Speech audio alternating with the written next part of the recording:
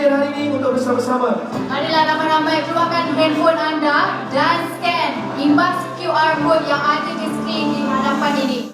Rakan-rakan media, terima kasih hari ini kita telah menyaksikan perasmian Majlis Pengagihan Peranti Siswa fasa terakhir bersekali dengan pelancaran mydigital.kkd yang merupakan satu inisiatif literasi digital untuk membantu rakyat Malaysia lebih memahami tentang aspek-aspek digital dalam usaha kita mengurangkan jurang digital ataupun kesenjangan digital.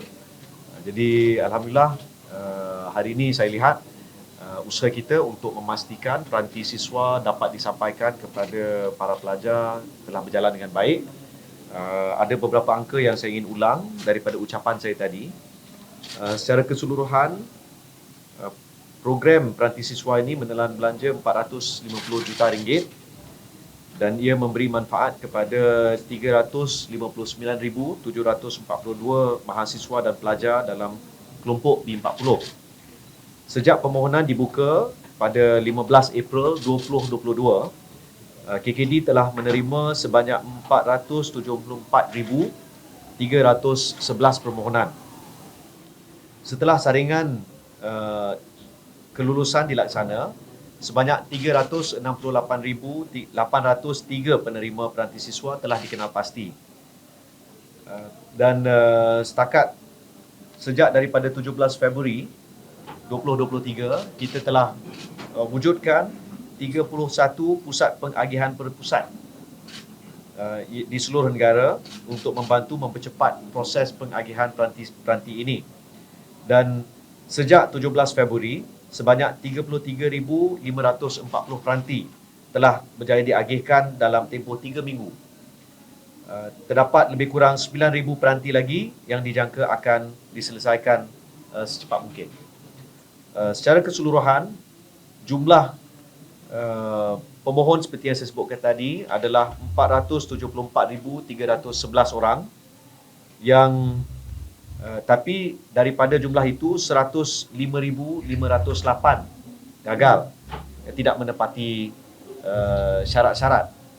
Daripada jumlah 105,508, kita telah membuat saringan kedua untuk melihat golongan B40 dan didapati ada 31,699 pemohon dari golongan B40. Ini daripada kelompok yang gagal.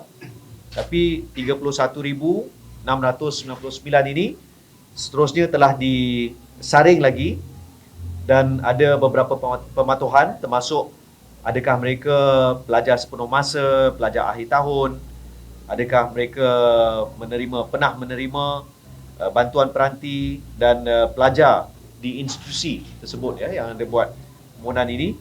Maka daripada jumlah 31,699 didapati 23,394 pelajar menepati syarat-syarat.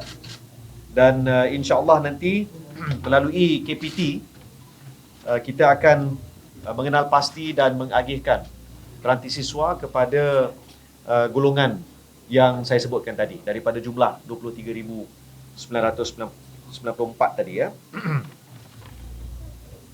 Ya, 23,394. Jadi ini yang telah kita berjaya lakukan.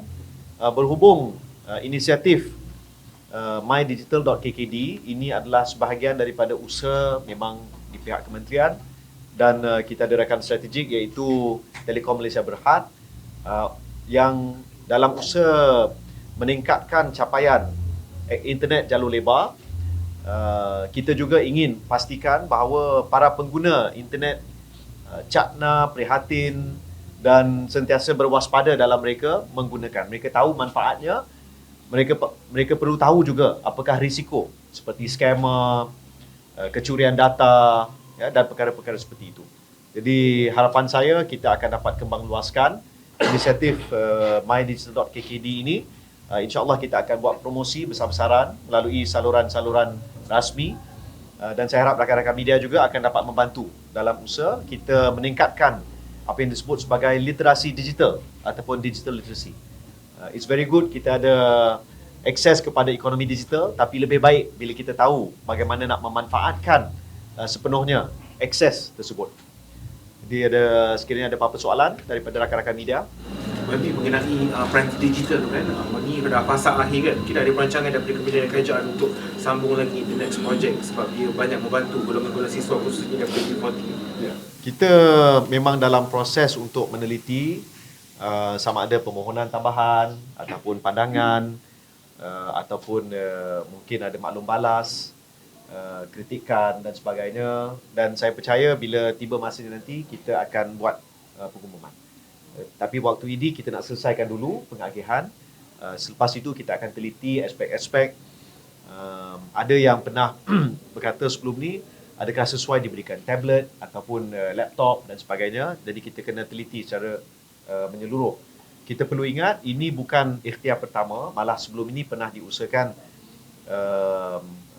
laptop ya, tapi ada yang laptop first hand, ada laptop second hand yang telah recondition. Jadi kita telah ada banyak pengalaman dan saya percaya kita akan teliti keseluruhan ikhtiar kita selama ini untuk pastikan program yang ke depan sekiranya dapat kita lakukan dan dipersetujui, diluluskan oleh Kementerian Keuangan, maka dia akan lebih baik daripada yang sebelumnya.